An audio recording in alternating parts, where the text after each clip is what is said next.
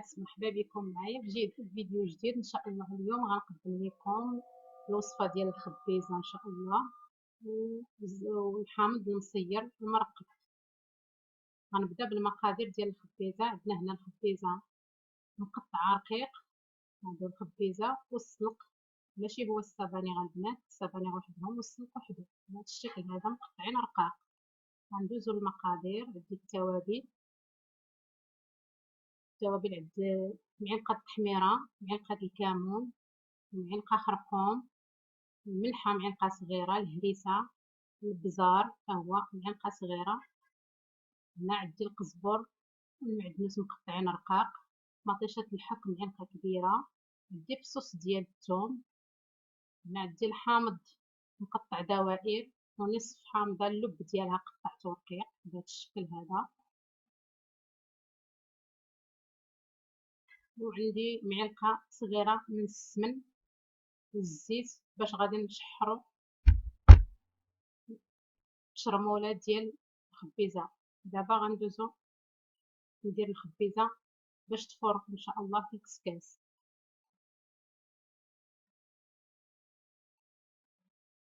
غندير الخبيزة ديالي في الكسكاس بهذا الشكل هذا البنات.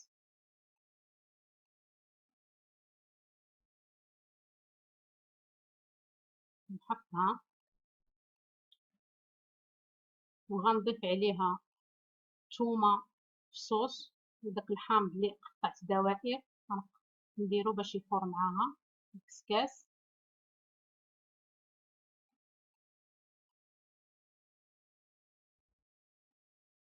بهذا الشكل هذا غنحط الثومه ديالي والحامض هويا غنستفو فوقها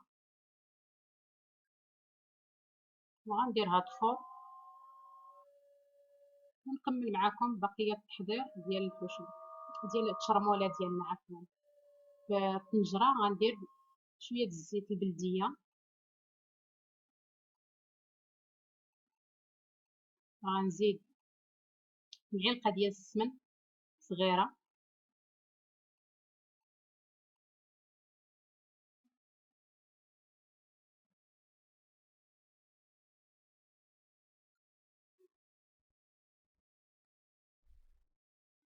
دابا غندير الربيع، قزبر ومعدنوس مقطعين رقاق،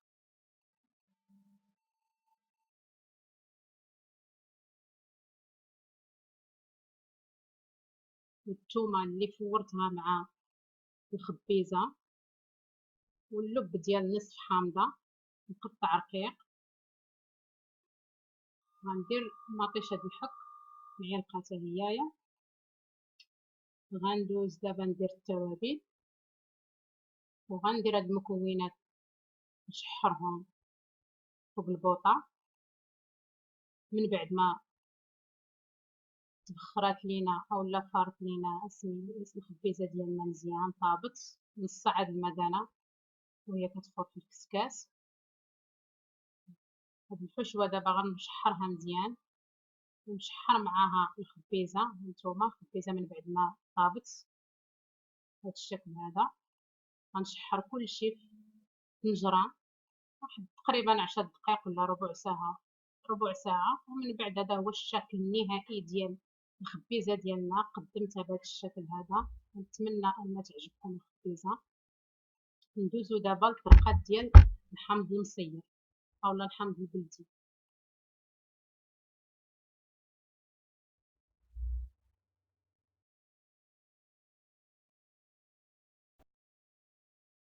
الطريقه ديال الحامض البلدي غنحتاجو الحامض 2 كيلو ديال الحامض، غسلته مزيان ونشفته بهذا الشكل هذا.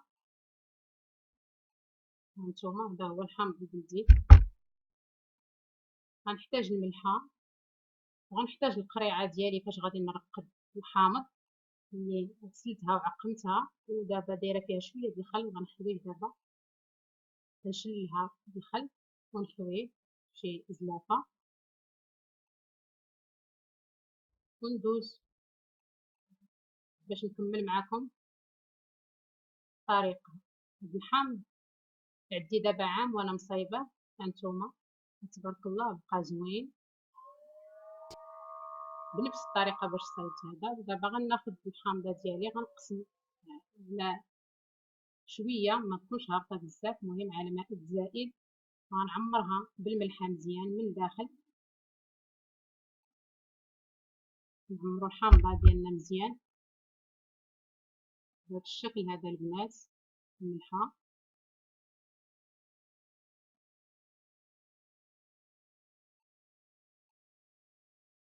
والحامض تيجي زوين تبارك الله، وتيبقى ديك العام كله محافظ على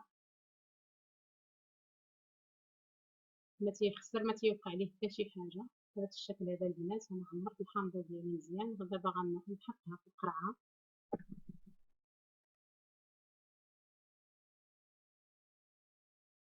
نحطها في القريعه بهذا الشكل هذا. وغنزيد معكم وحيده بنفس الطريقه نيت، نحل الحامضه ديالي ونعمرها بالملحه. نستمر بهذا الشكل هذا حتى ننهي الكميه ديال الحامض اللي عندي، ونستفو في القرعه. من بعد ما عمرت ليا القرعه ديالي بهذا الشكل هذا البنات، غنفرغ عليه دابا الكميه ديال الماء اللي غادي تهز ليا القرعه. نخوي الماء بالحامض تيتغطى كله.